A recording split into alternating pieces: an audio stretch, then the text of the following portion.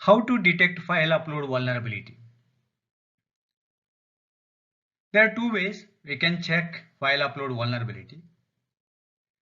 Upload any valid file and check the functionality of the application.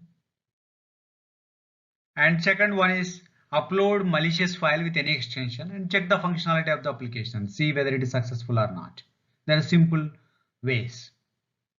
For example, application is hosted on Apache web server, which is written in PHP language. Maybe this we get to know through login or any other file, say for example like login.php, right? So I can create a malicious file, that is .php, with exec or system function, which can help to execute any OS command.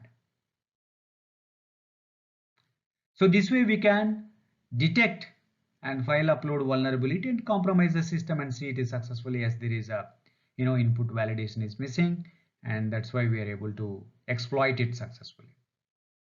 So this I will demonstrate it in the lab.